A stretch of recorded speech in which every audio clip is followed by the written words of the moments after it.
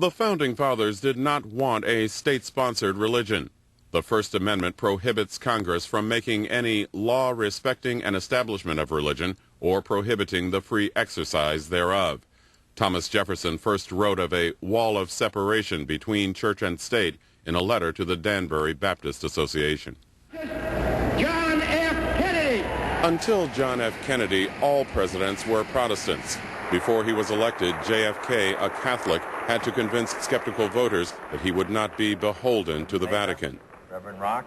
I believe in an America where the separation of church and state is absolute, where no Catholic prelate would tell the president, should he be Catholic, how to act, and no Protestant minister would tell his parishioners for whom to vote. Presidents Johnson, Nixon, Ford, and even Jimmy Carter, the first evangelical president, were Protestants who advocated separation of church and state. But since the Supreme Court's Roe v. Wade decision in 1973, which legalized abortion, religious conservatives have become more organized and politically active. They support an anti-abortion platform based on their belief that life begins at conception. They also hope to reverse a perceived decline in moral values by opposing same-sex marriage and supporting abstinence before marriage programs. The President of the United States, George W. Bush. Support from the religious right was key to George Bush's election. He shares its platform and speaks openly about his faith.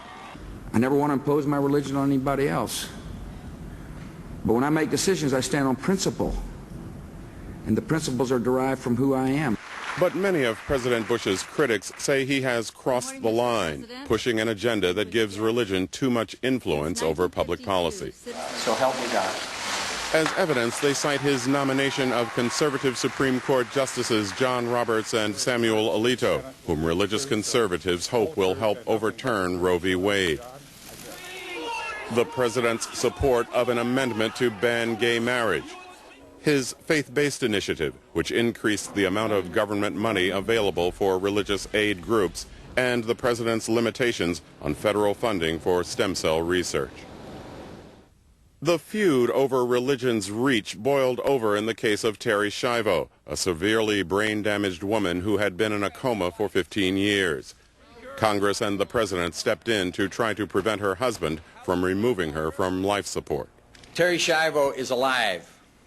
She's not just barely alive. But polls showed the public overwhelmingly believed Schiavo's case was a personal, individual decision, not a matter for government interference. Faith has remained a prominent part of the 2008 presidential campaign. Candidates have been asked to name their favorite Bible passages. Mitt Romney had to defend his Mormon faith, and all of the candidates openly talk about their faith and religious practices. But the big question remains, what will happen once one of these candidates is elected? Will he or she continue the trend of President Bush or revert to the Kennedy tradition of stricter separation between church and state? Other battles continue at the state and local levels and in the courts between those who want more religion in the public square and those who want less. Over school prayer, the display of the 10 Commandments on government property, and the teaching of evolution.